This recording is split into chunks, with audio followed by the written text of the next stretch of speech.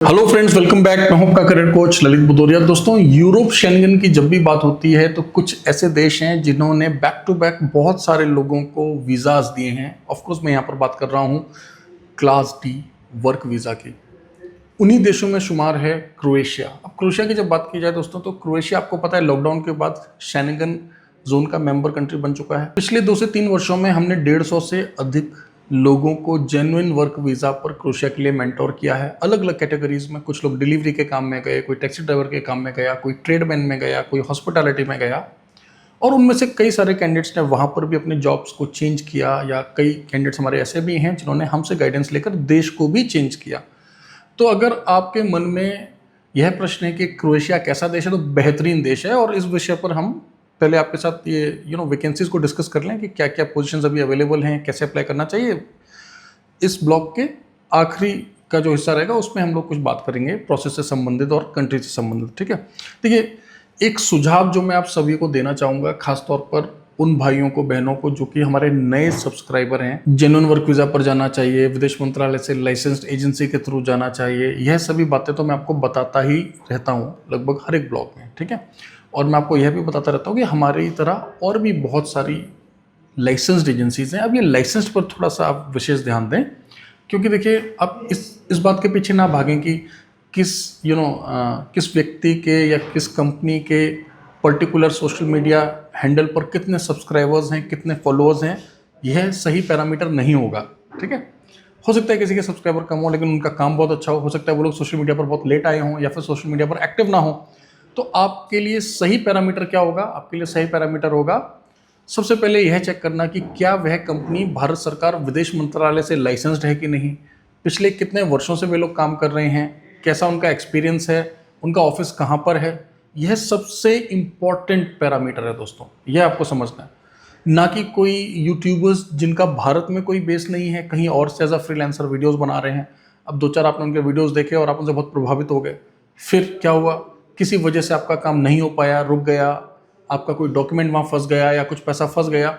फिर उस bad experience को लेकर आप लोग जब हमारे पास आते हैं, हमारे मतलब जब लाइसेंस्ड एजेंसीज के पास आते हैं, तो फिर हमें बहुत दुख होता है। इसलिए मैं आपको बोल रहा हूँ कि आप हमें चुनें या किसी और लाइसेंस्ड एजेंसी को चुनें, लेकिन भारत सरकार विदेश मंत्रालय के नियमों को, प्रावधानों को प्रॉपर कॉम्प्लाइंस के साथ एज पर द लॉ जो आपको माइग्रेट कराए, आप उसी एजेंसी को चुनें। ठीक है दोस्तों, अब एक और सुझाव मैं आपको यहाँ देना चाहूँगा दोस्तों, बहुत ही महत्वपूर्ण सुझाव है। और यह सुझाव ना सिर्फ इस ब्लॉग के लिए है बल्कि मेरे सभी सब्सक्राइबर्स के लिए है। वे लोग जो कि सीरियसली इस चैनल को फॉलो कर रहे हैं, अपने करियर को लेकर बहुत ज़्यादा कंसर्न है। देखिए, एक बात मैं आप लोगों को बता दूं कि आप में से अधिकतर के साथ एक समस्या हमें देखने को मिल रही है। अब अधिकतर में इसलिए बोल रहा हूँ, मेजोरिटी ऑफ द कैंडिडेट्स जो कि पढ़े लिखे तो हैं लेकिन उनके पास कोई स्किल नहीं है। उदाहरण के लिए, किसी ने 10th कर लिया, 12th कर लिया, किसी ने 10th के बाद कोई ऐसा डिप्लोमा कर लिया जिसमें उन्होंने काम नहीं किया।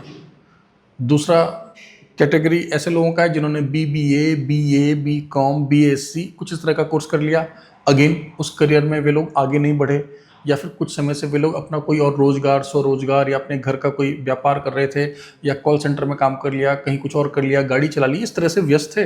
तो जो उन्होंने पढ़ाई करी थी उससे उनका कोई नाता नहीं है, कोई कनेक्शन नहीं है। अब जब उनसे पूछा जाता है आपने पढ़ाई कितनी करी है, तो बोलते हैं सर मैं तो मास्टर्स किया हुआ है, मैंने तो MBA कर लिया था।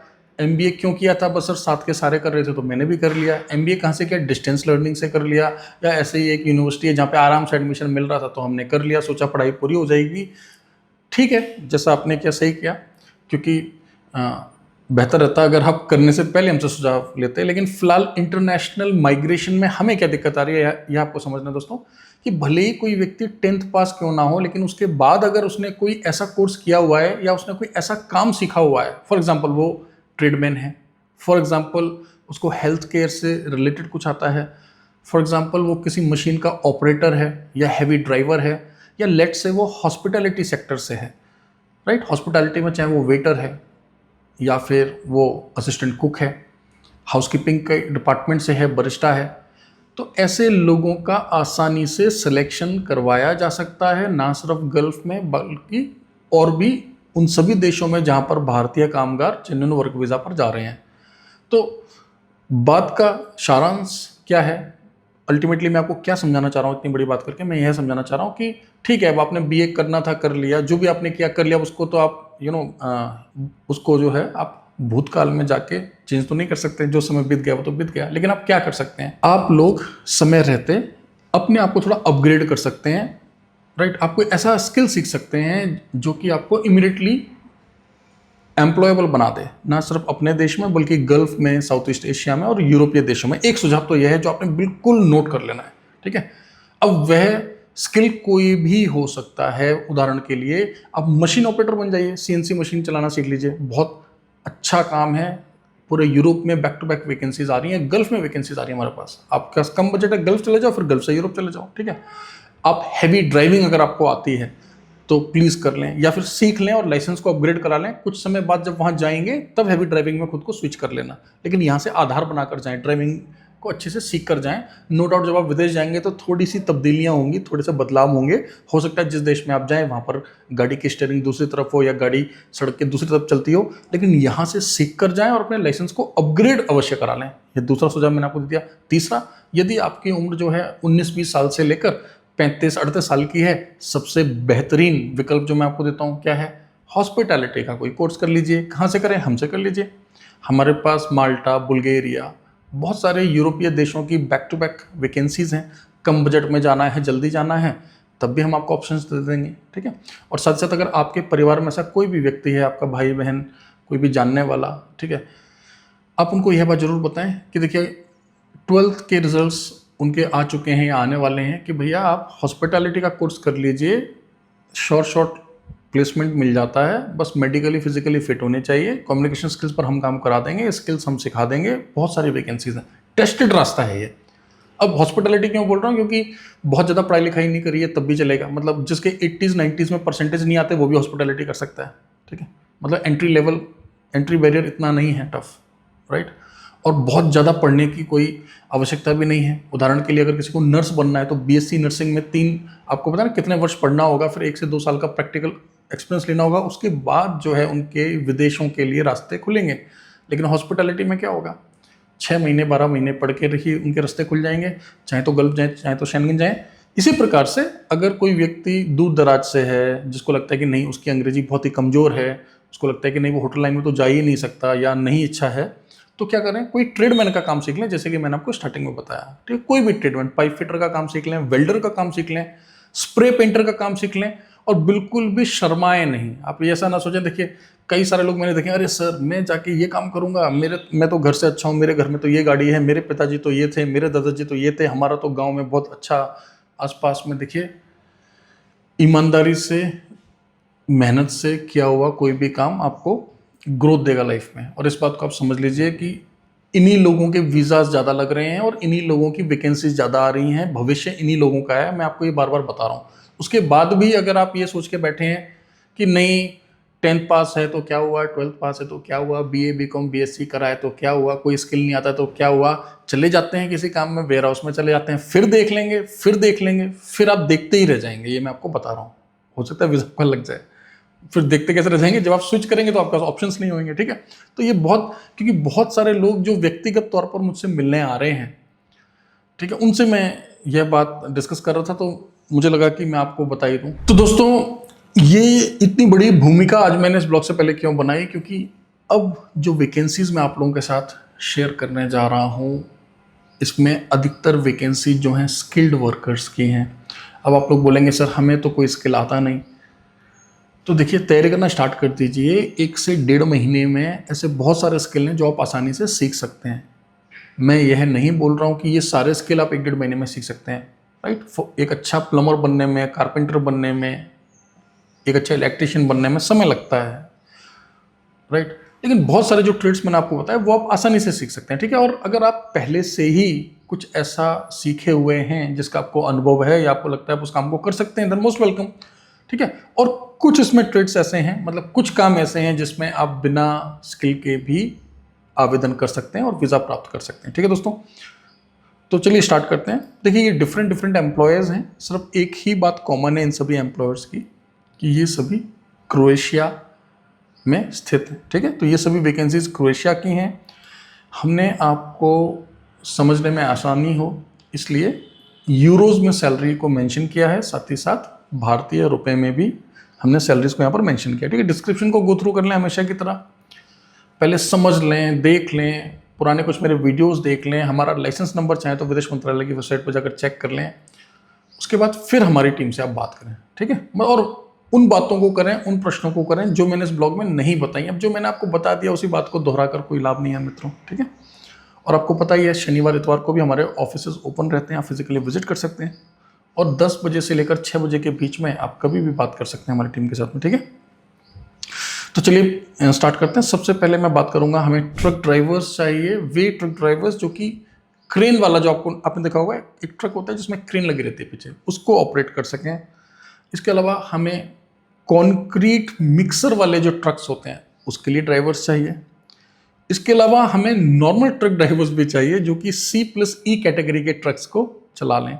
ठीक है, यहाँ पर इनको सैलरी कितना मिल रहा है, लगभग 1000 यूरो से लेकर 1040 यूरो, जो कि बनता है भारतीय रुपए में 1,10,000 रुपए से लेकर 1,14,000 रुपए के आसपास। ठीक है दोस्तों, इसके अलावा हमें JCB ऑपरेटर्स चाहिए 4CX कैटेगरी, सैलरी है 1040 यूरोस। हमें एल्यूमिनियम ट्यूब प्रोडक्शन लाइन के लिए ऑपरेटर्स चाहिए, सैलरी है 1500 यूरोज यानी कि 1500 यूरो, 1,65,000 प्रति माह आपको मिलेगा।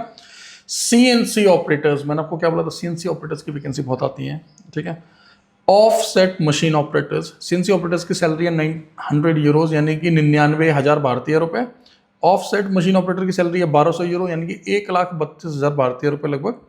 ठीक है, 2 साल का एम्प्लॉयमेंट का अश्योरेंस आपको ये एम्प्लॉयर दे रहे हैं, 3 महीने का प्रोबेशन पीरियड होएगा, 8 घंटा 5 दिन के हिसाब से आपको सैलरीज बताई जा रही हैं। ध्यान रहे ये आपकी बेसिक पे है। आप देखिए, हम में से अधिकतर भारतीय जो हैं या नेपाली, मतलब एशियंस जो हैं, 6 दिन काम करते हैं भारत में भी हम लोग, महीने में 4 छुट्टियां बहुत हैं हमारे लिए, और यहाँ तो 22 दिन काम करने की बात हो रही है। यानी कि आप जो अतिरिक्त काम करेंगे 4 दिन, उसका आपको ओवर टाइम के हिसाब से गणना की जाएगी, कैलकुलेशन की जाएगी, जो कि काफ़ी अच्छा पैसा बनेगा। ठीक है दोस्तों,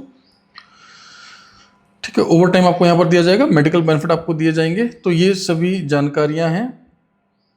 अच्छा, फूड यहाँ पर प्रोवाइडेड है, खाने को लेकर कई बार आपके प्रश्न आते हैं, तो इस वाली वैकेंसी जो मैंने भी आपके सामने डेजिग्नेशंस लिए, यहाँ पर फूड प्रोवाइडेड है। चलिए अब चलते हैं आगे की तरफ।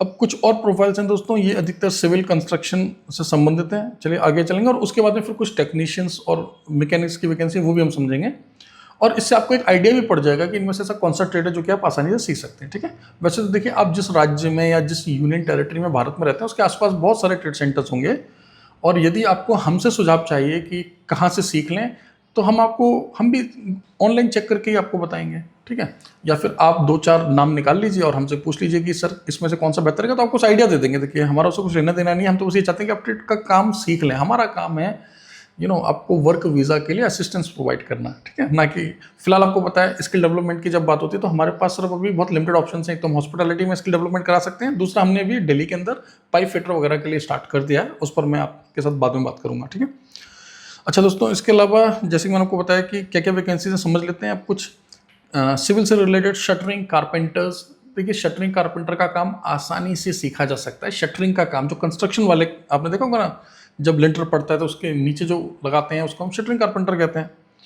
1400 यूरो, 1,54,000 रुपये मिल रहा है मित्रों। देखिए आप, steel fixers 1400 euro, mason 1400 euro, tile mason 1400 euro, gypsum worker dry wall का जो काम करते हैं 1400 euro, plumbers 1000 euro, foreman steel fixer यानी कि जिसको अच्छे से काम आता है 900 euro, metal fabricator 900 euro, TIG welder 900 euro. 900 euro मतलब 99,000 मोटा मोटा। ठीक है, बाकी को इन सभी को भी वही सुविधाएं मिलेंगी जो मैंने आपको पिछले ब्लॉग में बताया कि 8 घंटा 5 दिन के हिसाब से सैलरीज हैं, 3 महीने का प्रोविजन होगा, 2 साल का अश्योरेंस एम्प्लॉयर दे रहा है। आगे काम करना चाहेंगे तो कर सकते हैं। आगे बढ़ते हैं, और क्या वैकेंसीज हमारे पास। हमें मैकेनिक्स चाहिए फॉकलिफ्ट के लिए। फॉकलिफ्ट मशीन आपको पता है जो फॉकलिफ्ट होती है, ठीक है, उसके मैकेनिक्स हमें चाहिए। हैवी ट्रक्स के लिए मैकेनिक चाहिए। फोकलिफ्ट की मैकेनिक की सैलरी है 1100 यूरो यानी कि 1,21,000 भारतीय रुपए। हैवी ट्रक के मैकेनिक की सैलरी है 1200 यूरो यानी कि लगभग 1,32,000 रुपए। कंस्ट्रक्शन मशीन के लिए भी हमें मैकेनिक्स चाहिए, सैलरी है 1200 यूरो यानी कि लगभग 1,32,000 रुपए। इसके अलावा हमें कार्स के इलेक्ट्रीशियंस, डेंटर्स और मैकेनिक्स चाहिए, और सीसीटीवी टेक्नीशियंस हमें चाहिए। कार इलेक्ट्रीशियंस और कार डेंटर्स को मिलेगा 900 यूरो जो कि बनता है 99,000 रुपये। कार मैकेनिक को मिलेगा 1000 यूरो जो कि बनता है 1,10,000 रुपये। सीसीटीवी टेक्नीशियंस को मिलेंगे लगभग 1000 यूरो जो कि बनेंगे 1,10,000 रुपये। पीरियड ऑफ एम्प्लॉयमेंट 2 ईयर्स का एश्योरेंस दे रहा है एम्प्लॉयर, आगे करना चाहेंगे तो बात कर सकते हैं। प्रोविजन पीरियड 3 महीने का रहता है, स्टार्टिंग के 3 महीने। वर्किंग आवर्स 8 घंटा 5 दिन के हिसाब से ये आपको सैलरीज बताई गई हैं। 8 घंटा 5 दिन मतलब हफ्ते की बात कर रहा हूँ, वीकली बात कर रहा हूँ, महीने में 22 दिन। आप ओवर टाइम करना चाहेंगे डेफिनेटली आपको मिलेगा। ओवर टाइम की कैलकुलेशन भी अलग से होगी, बेहतर होगी, ज़्यादा होगी, ठीक है। ओके ना, इसके अलावा क्या मेडिकल इंश्योरेंस आपको दिया जाएगा इन सभी वैकेंसियों में? बिल्कुल दिया जाएगा। वीज़ा टाइप कौन सा रहेगा? वर्क वीज़ा रहेगा। क्या वह एक्सटेंड होता रहेगा? बिल्कुल होता रहेगा। क्या आप कुछ समय के बाद देश बदलने का प्लान कर सकते हैं? कर सकते हैं। क्या आप पीआर लेने का प्लान कर सकते हैं? बिल्कुल कर सकते हैं। इस दौरान भारत आ जा सकते हैं? बिल्कुल आ जा सकते हैं। क्या यूरोप में कोई आपका पासपोर्ट रख लेता है? बिल्कुल नहीं रखता।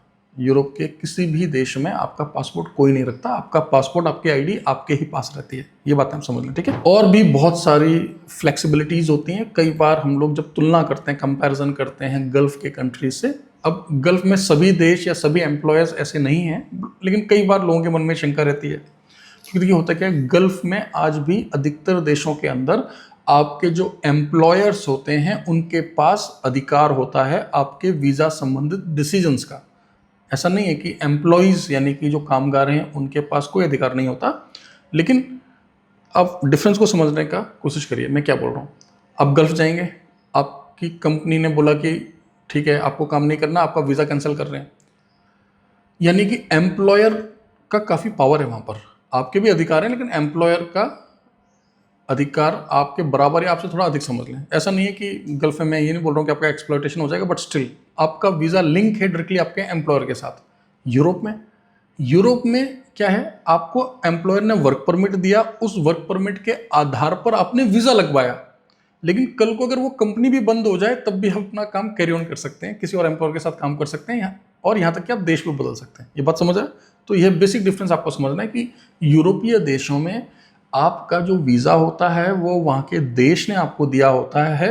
हालांकि आधार वही होता है कि किसी एम्प्लॉयर ने आपको नौकरी दी, लेकिन यदि वह नौकरी चली भी जाए या किसी वजह से वह कंपनी बंद भी हो जाए या फिर आप उस एम्प्लॉयर से रेजिग्नेशन भी दे दें, तो ना सिर्फ उस शेनिगन देश बल्कि बाकी के जो शेनिगन देश हैं, आपको पता ही है फिलहाल 29 शेनिगन देश हैं। जब यह ब्लॉग मैं आपके साथ बना रहा हूँ जुलाई 2026 में, डेट इसलिए बता रहा हूँ कल को 1 साल के बाद यह ब्लॉग कोई देखेगा और ज्ञान देने के लिए कमेंट्स डालेगा, अरे सर जी अब तो 29 नहीं, अब तो इतने देश हो गए हैं शेनिगन में, ठीक है।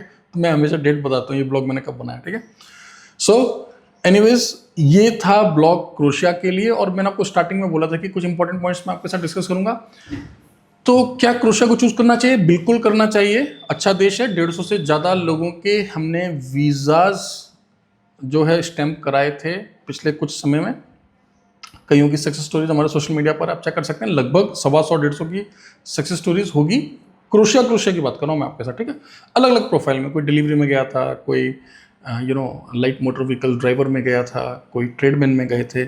सबसे ज़्यादा सैलरीज किनकी थी? Fix salaries. सबसे ज़्यादा सैलरीज थी स्किल्ड वर्कर्स की, जो लोग स्पेशली गल्फ से काम करके आए थे या जिन लोगों ने यहाँ पे अच्छे से काम किया हुआ था या कोई टेक्निकल लाइन का सर्टिफिकेट डिप्लोमा कुछ लिया हुआ था, उन लोगों की ज़्यादा सैलरीज थी, ठीक है। तो बेहतरीन देश है। देखिए दोस्तों, एक बात आप लोग समझ लीजिए, आप जब यूरोप जा रहे हैं, शेंगन जा रहे हैं, तो पहला देश जो आप चुन रहे हैं, ठीक है, वह आप जो है बस कुछ फैक्टर्स के बेसिस पर चूज करें। जैसे कि किस देश की वैकेंसी है जो कि आपसे मेल खाती है, यानी कि सबसे पहले तो काम देखना है आपने, फिर आपने देश देखना है, ठीक है।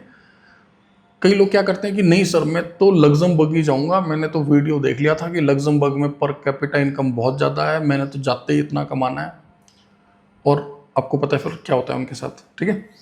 तो आपने ये समझना है कि जहां आपको आपके लायक काम मिले, जिस देश के वर्क परमिट टाइम पर आ रहे हो, जिसका अपॉइंटमेंट मिल रहा है, भारत से स्टैंपिंग हो रही है, क्योंकि आपको पता है भारत से जब हम अप्लाई करते हैं तो क्योंकि हमारा विशाल देश है, तो कई बार क्या होता है, कई देशों के एम्बेसीज में या वीएफएस में या बीएलएस में वर्क परमिट आने के बाद भी वेटिंग करनी पड़ती है आपको, राइट। कई बार ऐसा होता है कि वर्क परमिट, जैसे मैं क्रोएशिया की बात करूं पहले क्या होता था, वर्क परमिट आ गया, कभी कभी 1-1 महीने में भी वीज़ा स्टैंप हुए हैं, कभी कभी 3-3 महीने में भी वीज़ा स्टैंप हुए हैं, ऐसा होता है कई बार। पीसीसी आपको बनानी पड़ती है। बाकी के क्या क्या क्राइटेरिया हैं, क्या क्या स्टेप्स रहेंगे, उन सभी के लिए मैं आपसे रिक्वेस्ट करूंगा कि वर्किंग आवर्स यानी कि सुबह 10 बजे से लेकर 6 बजे के बीच में आप हमारे एडवाइज़र से बात करें। इस ब्लॉग में मैंने बहुत गहराई से आपको यह समझाने का प्रयास किया कि किस प्रकार से आपको 2 बातों का विशेष ध्यान रखना है। पहली बात तो ये कि आपने सिर्फ सोशल मीडिया पे एक्टिव लोगों के प्रभाव में आकर यह नहीं सोचना है कि जो लाइसेंस होल्डर एजेंट्स हैं वो किसी भी तरीके से कम है, ऐसा नहीं है, ठीक है। हो सकता है ऐसे बहुत सारी एजेंसीज हैं जो कि सोशल मीडिया पर एक्टिव नहीं है। So always give priority to the consultancy which is authorised by government of India rather than going for the number of subscribers, ठीक है। ये गलत पैरामीटर हो जाएगा दोस्तों। दूसरी बात जो मैंने आपको समझाई कि स्किल पर थोड़ा ध्यान देना स्टार्ट कर दें। भले ही आपको फिलहाल के लिए कोई ऐसी वैकेंसी मिल गई है जैसे warehouse worker, factory worker, जिसमें आपका वर्क परमिट आने को है, आपका प्रोसेस चल रहा है या वर्क परमिट आ गया है, आपने आगे का कदम भी उठा लिया है वीएफएस का या एम्बेसी का देश के हिसाब से, लेकिन फिर भी मैं कहूँगा कि आपके पास जितना भी समय बचा हुआ है इस समय का सदुपयोग करें। जिस देश में जा रहे हैं उस देश की थोड़ी सी बेसिक लैंग्वेज सीख लें, बहुत काम आने वाली है। इंग्लिश तो अपना अपग्रेड कर ही लें, चाहे आप हेल्पर में क्यों ना जा रहे हो। ऐसा बिल्कुल ना सोचा रहे मैं तो छोटे काम में जा रहा हूँ, अंग्रेजी का क्या होएगा। अंग्रेजी भाषा है दोस्तों, उसको विषय ना समझें आप, अंग्रेजी को भाषा की तरह लेकर सीखें, ठीक है।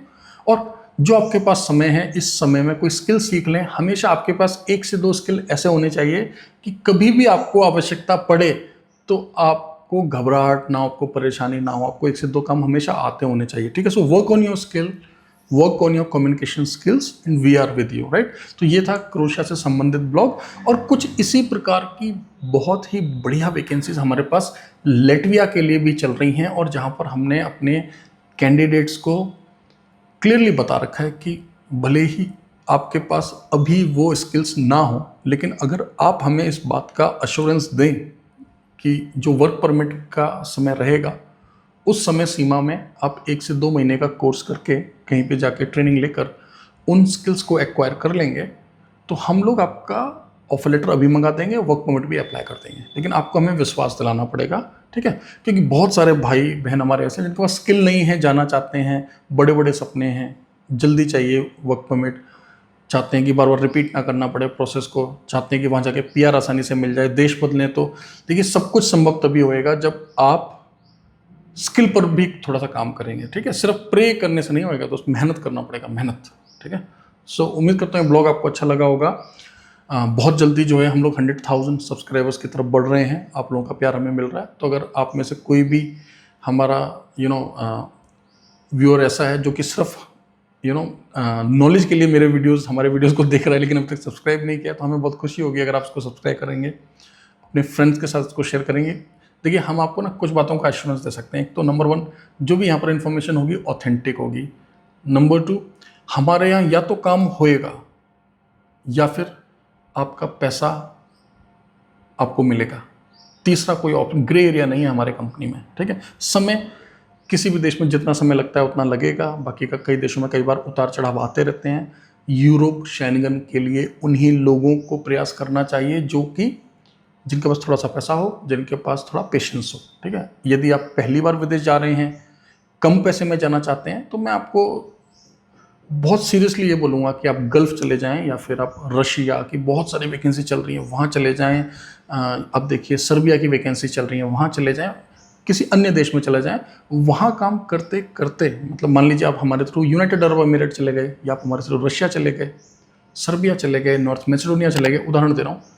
वहाँ जाकर कुछ समय काम करिए और 6वें 7वें महीने में ही हमारे थ्रू किसी और बेहतरीन देश की फाइल लगा लीजिए। अब क्या होगा, अब अगर आपके शेनिगन का प्रोसेस थोड़ा डिले भी हो जाएगा तो आपको टेंशन नहीं है, क्योंकि आप ऑलरेडी काम कर रहे हैं, ठीक है।